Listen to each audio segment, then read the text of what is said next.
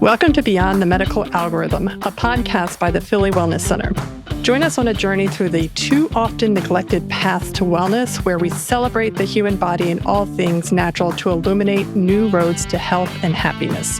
Holistic is the name of the game, and I'll be talking to fellow experts and enthusiasts to rejoice in healing and revolutionize the way we approach therapy.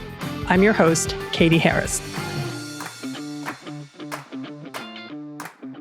Hi, everybody. So on today's episode of Beyond the Medical Algorithm, we're thrilled to welcome Thais Gibson.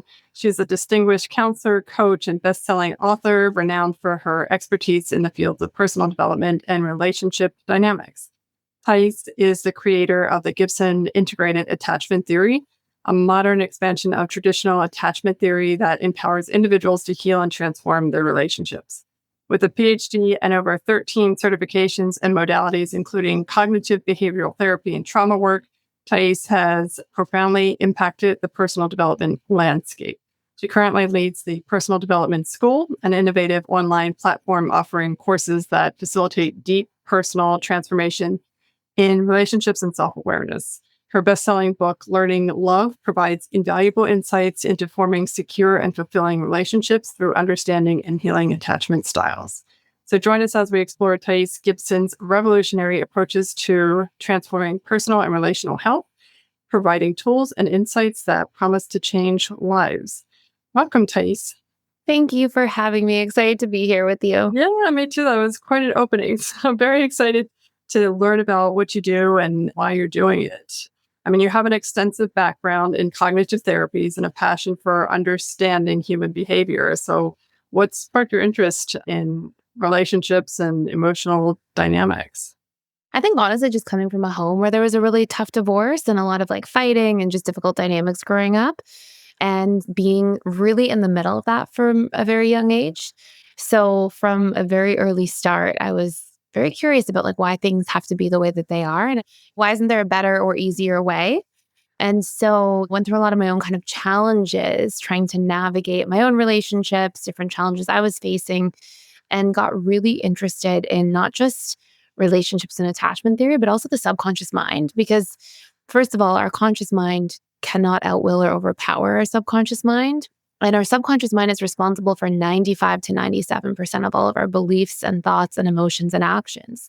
So a lot of the work that I do is helping people, if they're changing their relationship dynamics, not just try to will their way out of things by trying to use their conscious mind to outwill their subconscious mind, but instead to help them understand what programming exists there, what conditioned patterns we've learned. If we saw relationships are all about fighting and arguing growing up, that's probably going to be your subconscious comfort zone and the type of relationships that you may invest in.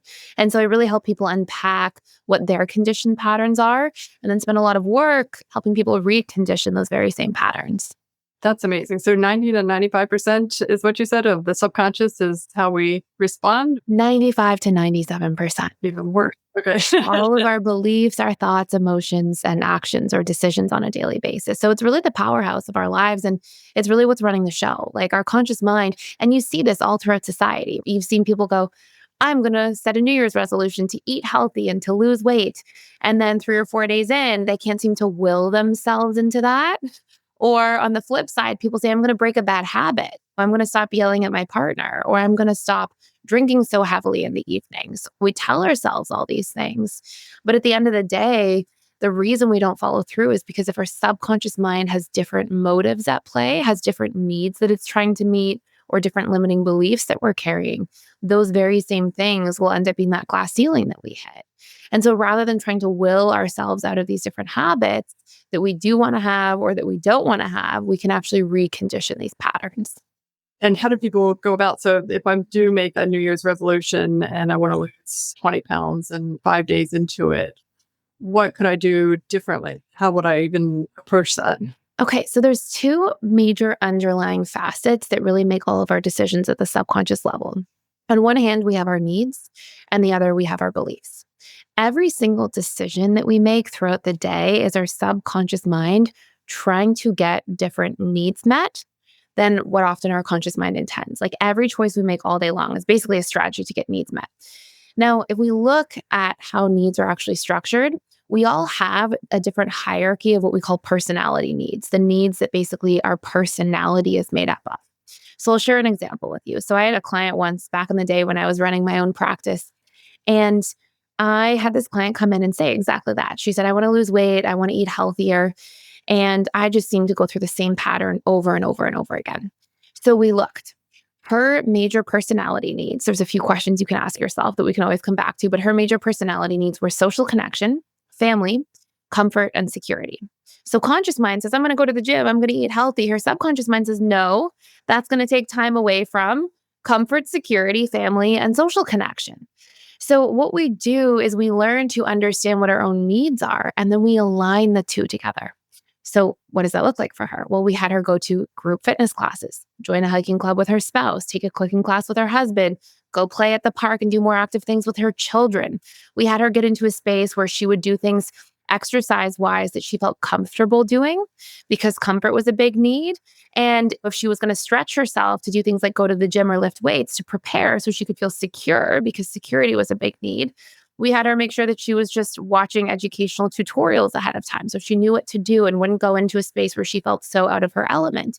And when she had somebody there with her socially or friendship-wise, family-wise to go into the gym with her, all of those things together helped her really move the needle. So rather than doing this thing that we do where we try to will ourselves through things, we have to understand what's actually going on beneath the surface. So that's the one branch of it, is lining up our conscious mind's goals with our subconscious mind's needs. I'm going to share one other thing on the needs tangent before we move to the limiting belief side of things. But one thing that's really interesting is when you see a lot of people eat unhealthy food, for example, what's often taking place is if you look at our earliest subconscious programmed associations of food, it's our mother's breast milk. It's when we're being breastfed as children. And what's happening is the mother and the child, both when breastfeeding is taking place, produce a tremendous amount of oxytocin, which is the bonding neurochemical. And so when you take a child and you have them being breastfed, their earliest associations with food a lot of the time are emotional connection because of oxytocin, and comfort and safety because you're being held, you're being cradled by that primary caregiver, that person you have such a big connection to. So when people are often starving for food and they're eating junk food and they think that that's what they're starving for, often what they're actually experiencing is hungering for connection, for comfort, for safety. So you can see how these needs really deeply affect so many areas of our lives, especially when we're not consciously aware of them. So that's one branch of things, is the need side. The other side is we have limiting beliefs. And we really move through life with this belief system intact. Now, how we acquire limiting beliefs in our childhood or upbringing is if we have an experience that we can't properly emotionally process, we give it meaning instead, and then we store that meaning, hoping to protect ourselves from it in the future. So let's just take a really simple example. Let's say that you have a child who grows up in a home where there are a lot of critical happenings from the parents. Okay, parents are critical, they're criticizing. Maybe the parents are trying to do the best that they can. They're just trying to prepare the child for the world, but the child doesn't necessarily understand that. So maybe they store that as something like, I'm not good enough, or I'm going to be rejected or disliked. So then what happens is because of repetition and emotion of those experiences that we can't process, it's actually repetition and emotion that fires and wires neural pathways. So now we build this circuitry of our own identity saying, oh, I'm not good enough, I'm disliked, I'm rejected. For other people, it's I'm not capable, I'm unworthy, I'm undeserving. So going back to that woman, she first had to align her needs, her conscious goals, eat healthier, go to the gym, exercise, with her subconscious needs. But then we had to check in with her limiting beliefs.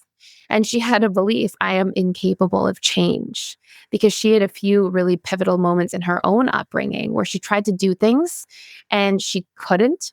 And she found her parents kind of meet her with like, it's fine, we'll do it for you. So she built this belief that she couldn't change on her own. And so we actually had to go in and recondition that belief, leveraging repetition and emotion of this new idea and experience. And we can talk about that in more detail if you'd like. But as we reprogram or recondition those beliefs and then align with the needs, all of a sudden, all the sludge that existed between our conscious goals and all the tailwind that we're experiencing from the subconscious level is cleared out of the way. And now we'll experience less resistance and much more natural motivation. Oh, wow. And when you first talked about the needs aligning with what the conscious wants, how do you work with people to figure out what those needs are? I mean, is it something difficult? Is it like deep therapy that you need to go through? Is it more like something anybody could really figure out if they stop and think about it? Yeah, everybody can figure it out if they stop and think about it. I mean, there's basically core ways that you can look at it. Number one, your needs are in your behaviors, not your desires. Okay. So desires are conscious mind. I want to make more money. But subconscious mind may say, yeah, but I prefer to actually spend my time doing these things over here instead. So that's the first thing is we have to look at what we are already doing because that reflects back our behavior. Then we ask ourselves a series of questions. And these are, what do I spend my free time doing? And if it's entertainment related things, you're always watching television or video games or whatever it is, there can be an entertainment or fun need. If you see that you spend a lot of time creating things, maybe you're very artistic or you paint, there's a creativity or self expression need. If you look at times where in your free time you're trying to get better at things, achieve more, grow your business, there's a big achievement need. There's career growth needs, financial needs. There's basically 30 or so major ones, but you're looking for patterns that are, what do I spend my free time doing? Where do I spend my money? Everybody spends money on their needs. I have a big health need that's popped up in the last few years. I spend so much money on supplements. That's my go-to. So people will see that, right? Those places they always spend money. Personal growth has been a big need for me. I spend a lot of money on courses and things like that. Career achievement is a big one. So I grow my business and talk to people and get mentorship. So anyways, you'll see these things in your behaviors. Where do you spend your free time? Where do you spend your money? What do you naturally read and research about? Definitely reflects back to people what their needs are. What triggers you the most, which is a very interesting one because you can see, for example, somebody who has a big family need, somebody says something negative about a family member, they're going to get so triggered. For me, I have a big freedom need. So if I feel like freedom is infringed on, I don't like that. It doesn't feel good. So you'll see these different dynamics and how they tend to play out. Then you can also look at where you are most organized and reliable. It's such an interesting one because people in their needs are very organized. I have a dear friend who thinks he's the most unorganized person. He says, I'm so unorganized. I'm so unorganized. But you know what he's really organized for? His social time. He never is late to a social event. He always organizes for all of our friend group. He takes care of everything. So he's not organized at work because it's not filling those social needs, but he has such a big social need that you'll see that show up in those sorts of ways. So we're all organized in those particular areas. And when you look a little bit deeper, you'll also see that people tend to naturally light up or talk to other people the most, which is our last question, about the things that their personality needs. So for me, I'll probably gear the conversation with a friend towards personal growth or health or emotional connection or freedom, because those are big things for me. Whereas somebody else might be like gearing their conversation towards novelty or travel, exploration, these things that are different and important for them. So hopefully those questions can help just to your listeners really narrow those things down. I'm like starting to fill it out myself here. It's like, that's really interesting. And do you see some of your patterns? Like you'll see that there are really patterns that emerge from it. What did you notice come up for you? Well, when I first started my first business and even my current business, but more so in that one, it was like, I want to start a successful business. I want to generate 6 figures or something like that. And that was the want. But then it was like, I spent my first year tweaking a webinar for some reason. Like I wasn't doing anything to make money. I was only doing things that were costing me money. And I was just kind of like hiding from the business. I'm like, this is not working. I'm doing something really wrong here. That to me, I hear in there like a security or comfort need. Sometimes if we have a big security need, we'll really like hone in on all of the details. Like you said, you spent all this time tweaking the webinar to make it perfect. Sometimes if we have a big security need, we won't want to do anything or put ourselves out there until it's perfect because then we feel secure. Does that resonate with you in other areas of life a little bit? Yeah, definitely. And it's interesting because I don't think I appreciated personal development until I started my business. And when I started going to different business masterminds and stuff, personal development stuff kept coming up. And I was just like, oh, that's not me. That's not me. I'm not interested in that. And then the business stalled so much that I'm finally like, it's clearly me. I'm clearly the problem here. Then I started really diving into personal development, and it really helped me to move forward. I mean, it was incredible, like how much I was blocking stuff, like just success. That's so cool. That's a great story too. And it's nice that because sometimes those hard moments of feeling stuck or having to hit those like rock bottom moments, we're like, okay, fine, I'll look for other things. Sometimes they're not fun moments, but sometimes they're so transformational and they serve us for years to come. So I think that's a great story. Right. It's definitely something that I spend a lot of time. And you talk about what do you spend your money on? Yeah, I spend a lot of money on courses and personal development and the life fix. It's vital for the business to survive, for me to be better. I love that. And I feel like that's so true about being like an entrepreneur too. You always have to be evolving. So it's putting yourself in that space helps because the more you evolve internally, you see things differently. So yeah, couldn't agree more. Now, you have a personal development school, is that correct? Yes, I do. So tell us a little bit about why you created that, what it is, and what you do with it. Well, I was obsessed with personal development. So that's probably why I created it. I worked in client practice for the better part of 10 years and had a really busy wait list. This is honestly just how it started. And people were getting frustrated with me. I had like a 2-year wait list. People were like, hey, you said it was going to be at this time. It's not. And then it's hard to say to clients that want to keep working with you, sorry, like you have to leave. So it was just this kind of muddy situation. So I started teaching these classes for people who I couldn't fit in on the weekends. And I would teach like a Saturday morning 2-hour class and bring all the people in who weren't able to jump into one-to-one sessions right away. And what ended up happening is I just had somebody come along because I was honestly just burning the candle at both ends a little bit. Like I was so busy with work. Somebody was like, you're trading your time for money and you should just make this scalable so you don't have to work like this. And I had all these pre-existing programs that I would teach live for people as like workshops. I had like 9 or 10 different ones. And we decided we were just going to record them, package them as courses. And about the same time, I started putting a little bit of content on YouTube. And we just saw a lot of growth and a lot of demand. And it just became, okay, let's try launching this as a little school. And that was in 2019. And I wrote 60 courses ever since. So we have a total of 60 courses in there. They cover all topics, but it's personal development for the subconscious mind. So if we have boundary issues, how do we recondition your boundaries? Communication issues, what's your programming around it? How do we change it? And it really leverages the science of neuroplasticity for transformation. Because again, if we are not targeting the subconscious mind, we're just trying to will our way through life with our conscious mind, it can feel really difficult. So we have a ton of different courses that focus on everything from relationships to career transformation to personal growth topics like boundaries or communication or reconditioning limiting beliefs. And we have students come in every week and they jump in there and they're part of the sort of framework that we have. They take whichever courses they want. And then we have daily support for people. So we do webinars every day. We have peer support groups, basically that allow for people to come in different time zones and just get that extra small group support and community support as needed. That's a huge undertaking. I have a really good team. It's not just me. That's amazing.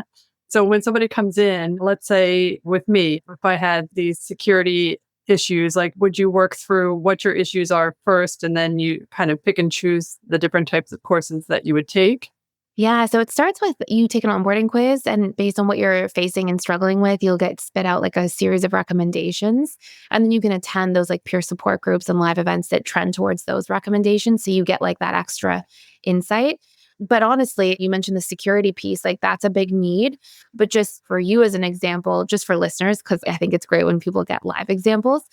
When people have a lot of like, if they're really finding themselves to be a bit of a perfectionist at times, often it's both a security need, but also a set of limiting beliefs. And the major limiting beliefs, there's some core beliefs that show up regularly for people. And I'm curious if you notice yours, if I share them. So you'll hear things, and it's probably not the ones I'm going to rattle off first. I'm just saying these for anybody listening. I will be abandoned. I will be alone. I will be disliked, rejected, not good enough. I will be trapped, helpless, powerless, shamed or seen as defective, weak. If I'm vulnerable or open up too much, I am unsafe. I cannot trust. I am unseen, unheard, unimportant. I don't matter. And those are some of like the biggest ones you'll see. Unworthy, I am bad is another one as well. I am stupid is another core belief, and I'm disrespected. And that's actually all of them. So those are like the major ones. Those are some big ones. Yeah. Yeah. And those are the ones that you'll hear in people's like when they feel stuck.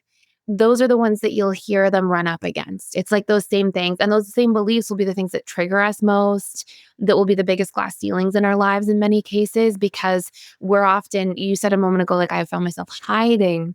Usually it's not the business you're hiding from, it's your beliefs being triggered about the business that you're hiding from. And so it's really useful for people to narrow down like what those big core beliefs are. And then I'm happy to share like a reprogramming tool in a moment as well. But did you notice anything that showed up for you around the perfection part?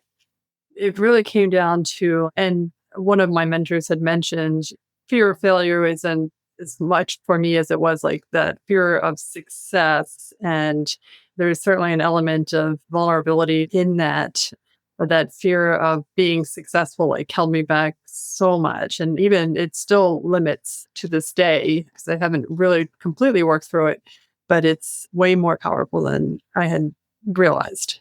Yeah. Are you comfortable if I ask you one more question? Yeah, sure. Okay. So if I am successful, what am I afraid will then happen? Because success is not the actual fear. It's what you associate success with that will be the actual fear. Yeah, and I think it has to do with something has to change. Or if I'm successful, then it's that unknown. I know what life is like now, but that unknown is, which is kind of weird because I love change. Yeah. But you can have a change need. Like it wouldn't be change, it would be novelty as a need. But you can have a core wound or limiting belief that says, I am unsafe. And often that can be a big one, like this fear of if everything changes and I can't predict or control things, it can be I am out of control or helpless or I am unsafe. Do either of those like resonate a little bit? Yeah, I mean, not being in control, because even though I like to think that I'm not a control freak, I am a bit of a. And that's okay. But then what you would do is if those resonate, you would plug them into a reprogramming tool. And I'm happy to share one for the listeners too. And hopefully it's okay that I'm asking you so many questions. I actually find it's like the best way for people listening in to learn as well. Yeah, absolutely. I would love to hear reprogramming. Yeah. So basically, how this works, it's called autosuggestion. And the first thing we have to understand is that our conscious mind doesn't hold the limiting beliefs. Nobody wakes up all day and says, today I'm going to tell myself 100 times that I'm not good enough and see how I feel. So these are not conscious choices. These are subconscious pre existing programs that come from past experiences. Now, when we look at how we actually speak to our conscious mind speaks language, but our subconscious mind does not. And here's how you'll know is if I say to you, okay, whatever you do not think of the pink elephant. Probably pictured a pink elephant, right? You can't help it. And so what ends up happening is the conscious mind hears do not, or it's like, do not think of the chocolate chip cookie or do not think of the salad. Like you end up thinking about it. So your conscious hears do not, your subconscious actually speaks in emotions and images. So in order to change this existing program, we can't like just affirmation our way out of it because affirmations are just your conscious mind talking to your conscious mind. So we actually have to use our conscious mind to speak to our subconscious. So let's just use the example of I'm not good enough. So step one, we go, what's the core belief? I'm not good enough. What's its opposite? I am good enough. For anybody who heard a core wound from earlier and they're like, oh, I'm trapped or I'm unsafe, you can look up antonyms on the internet if you want to find the opposite, but they should be pretty self-explanatory. So step one, what's that core belief and its opposite? Step two, we then have to speak in emotions and images to our own subconscious mind. And how we actually do this is through memory. Every single memory we have is just a container of emotions and images. If you were to say your favorite childhood memory and you start talking about it and you're like, oh, I was playing on the playground with my friends, you would see the images of the slide and you would smile as you're telling the story because our memories still hold emotions. Our subconscious really stores everything. So what we need from a neuroplasticity perspective is we need a repetition because repetition fires and wires neural pathways and eventually creates neural networks. So we need repetition of memories because that gives us repetition of emotions and images, and we repeatedly speak to our subconscious mind. So step one, what's your core belief and its opposite? Step two, we need 10 for repetition memories of when we felt the opposite. So for example, 10 memories of a time somebody felt good enough. And they don't have to be big emotional memories. They can be like, oh, I was a really good friend yesterday. Or 3 days ago, my boss complimented me at work. Or I showed up really well to push myself out of my comfort zone last week. Like it can just be these little things. We just need 10 of them. And then we listen back to this. We record it somewhere, like in your phone or on your computer, and you listen back to it. It takes like 3 minutes a day. You listen back for 21 days because research into neuroplasticity shows that we create pretty solidified neural networks within a 21-day period that now get hardwired into our subconscious mind. And that's where we're most likely to have this entirely new program that really, really sticks. I love that. Because it feels like something that you can actually do. And it's, I don't want to say easy because it might not necessarily be easy, but it's simple, straightforward, and doable. Absolutely. And again, if people are like, I don't have any proof I'm good enough or anything like that, if they ever feel really stuck, which happens rarely, but it does, you can also start more general and get specific. So you can say, like, it is possible that I'm improving and start there. And as you start to feel like, okay, I'm building momentum, then you can say, okay, it's possible that I'm becoming good enough. And then we can start moving to that next step so that everything feels like it's believable, resonates with our subconscious, and then we can keep picking up steam. Yeah. And I've done things like that before where you have to write nice things about yourself. And I feel like the first couple are hard because you're so used to saying nice things about other people. And then when it comes to yourself, that becomes difficult. But I have found that as you get into it, it's almost like much easier. And it's almost like, I can't stop. I'm wonderful. Like it's really nice too. So, Absolutely. And it's exactly what you're saying. You pick up momentum. We actually have this mechanism in our brain called the reticular activating system, or RAS. You'll often hear it referred to. And its job is to filter out information. And it filters things according to basically repetition. It's how your conscious communicates to your subconscious to start filtering. So if you've ever had the experience, the most common example people will use of like, you are deciding you're going to buy a new car, and let's say it's like a white Jeep. And you never notice white Jeeps on the road, but now that you're looking at them, you see them everywhere. And so it's because your subconscious will actually start filtering out and prioritizing what we have coming in repeatedly. And it's actually a really important principle for reconditioning our neural pathways, because if you start bringing in that stuff, where you start focusing on how you are good enough, or you start shifting your internal dialogue to have these habits, it will pick up steam on its own. Like, we'll naturally build that momentum because our reticular activating system gets on board and starts noticing times during the day. Oh, I did that and that was good enough. Oh, I did that, and so we pick up that momentum naturally as a result too. okay. Now, you also wrote a book, Learning Love. Tell us a little bit about this book and how does it relate to all the personal development stuff you're doing? Yeah, so it's basically the science of first attachment theory.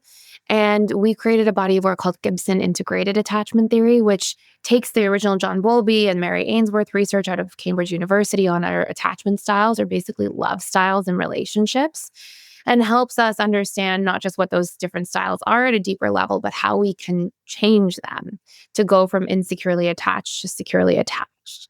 So every person has an attachment style. There's four major ones. They are the secure attachment style, who statistically does the best in relationships, has the longest lasting relationships, but arguably more importantly, reports feeling the happiest in those long lasting relationships as well. And then we have three insecure attachment styles. At one end of the continuum, there's an anxious attachment style. Anxious attachment styles are often needy or clingy in relationships. They fear abandonment, being disliked, alone, some of those core beliefs we talked about earlier. Dismissive avoidance, they fear being trapped or engulfed. They fear being weak if they're too vulnerable or open.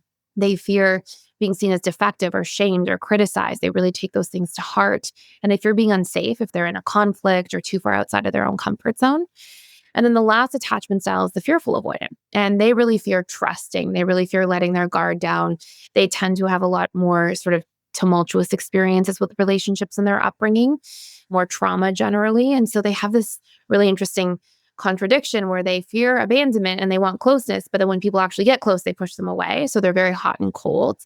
And basically, what we've developed as a body of work is how we can first recognize our attachment style very clearly, but then secondly, how we can recondition these patterns at the subconscious level to become securely attached if we find that that's an area that we're feeling really stuck. And if we find that relationships have been a really hard thing for us in the long run, maybe we feel like we're always fearing abandonment and we hold on so tight, accidentally push people away, or we always fear engulfment. And so we end up pushing people away before they even get close to us at all. Or on the flip side, if somebody's like hot and cold all the time and they can have more volatility or fighting in relationships because they're always on that roller coaster of push-pull.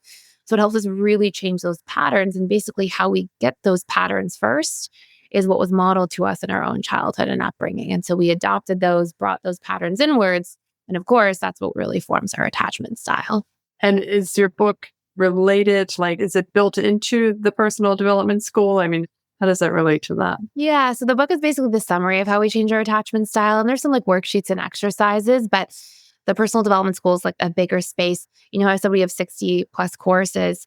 Well, a big portion of those, about a third of those, are about attachment styles. So, how to reprogram your attachment wounds, how to reprogram your boundaries if you have poor boundaries, how to communicate differently, how to learn to meet your needs and requests for them. So, all these things have to do with those different attachment styles and how we can transform what's not working for us so that we can actually move to becoming securely attached. So, I would say the book is the summation of it, really boiled down.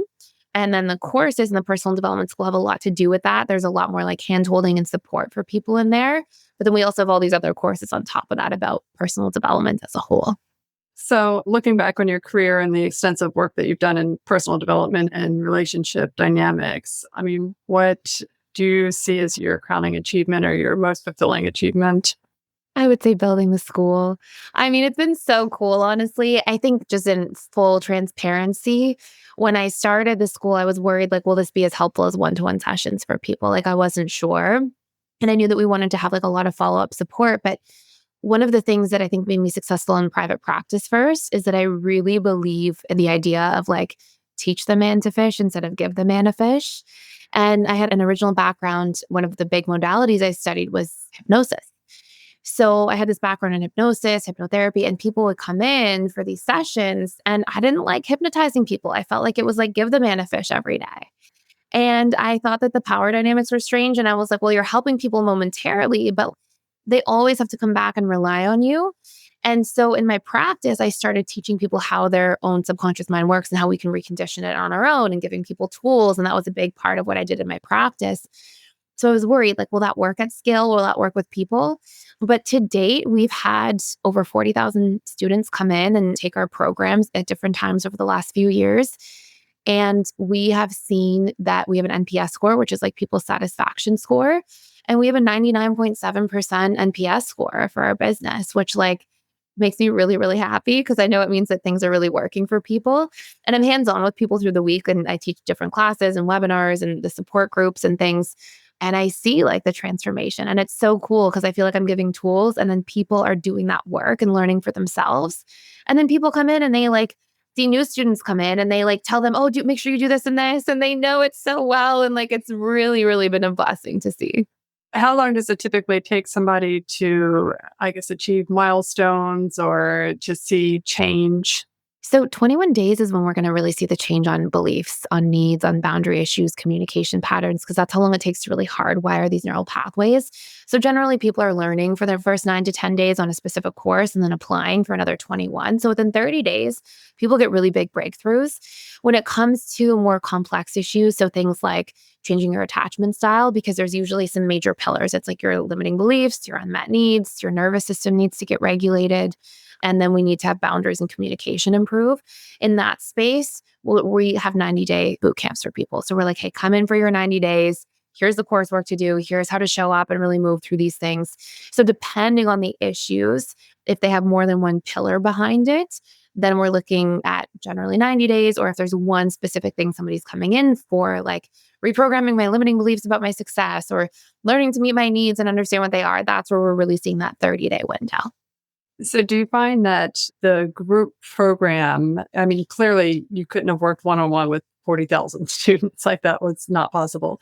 But do you find that it's more successful as a group program than one-on-one in that aspect that you can help so many more people? Or, I mean, is there something that's lost in the group setting? Honestly, and like maybe I'm biased because I'm really happy with this, but like I personally find that it's better this way because people come in and sometimes in one-to-one settings, there's so much like information I want to tell people, like, here's how your subconscious works. Here's how the reprogramming works. Here's, and people would be in one-on-one settings and I'd have to really like be mindful not to just fire hose information at people in client sessions, but my intention was for them to walk away with tools. And so what I love about PDS is like they come in, they have these self-paced courses, they do them themselves, and they come in for the peer support group. They already have that foundational knowledge.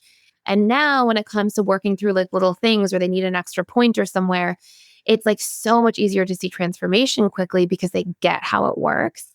So I actually find it to be way better for people and that they walk away knowing what I know. They walk away being like, in 10 years from now, if they go through loss or they're grieving something, they know how to work through that. Or if they go through a career problem where they're challenged or stuck, they have the tools to recondition the limiting beliefs that may come up. So it's cool because I'm hoping that I'm really empowering people for life to have this lifetime of tools that they can always refer back to if they're ever feeling stuck. Yeah, I love that. So what key piece of advice would you offer to listeners who are seeking to understand their own relationship patterns or aspire to cultivate more like healthier, more secure connections in their lives? I would definitely say learn about your attachment style because it really is the number one thing that affects your relationships. The way I like to think of our attachment styles, it's the subconscious set of rules you have about love and connection, how to give love, how to receive it, how to communicate, what you're expecting from somebody and how you expect them to behave or operate, what your big fears are. Like it really covers so many of those really crucial arenas when we connect with people. But what's funny is that when we don't know that we have an attachment style, and even more than that, when we don't realize that somebody we're in a relationship with has a different attachment style than us, it's like you sit down to play a board game and you have a different rule book for the game. It's like, oh, you're trying to play Scrabble, I'm trying to play Monopoly. Like, even if we like each other and we're trying to have a good time and our heart's in the right place, we're going to get frustrated sometimes because I'm trying to like win the free parking and you're like trying to put the letters down. So it creates like all this unnecessary havoc in our relationships. But as soon as we learn that we have an attachment style and that people have different attachment needs and ways that they operate, it really opens up for us to not take things so personally with how other people are behaving and how they tend to communicate. It helps us also understand our own needs and the other person's better. And it really improves the quality of relationships very fast. I love that. So where do people go if they want to purchase the book and join the school? Yeah, so they can go to personaldevelopmentschool.com if they want to check out any of our programs that we have in there. And that's also the name of our YouTube channel. It's Personal Development School Thais Gibson. And then on Amazon and select bookstores, but I would just check out Amazon for the Learning Love book as well that talks about the attachment patterns. Awesome. Well, thank you so much for sharing this with us today. Thank you so much for having me. I really enjoyed chatting with you.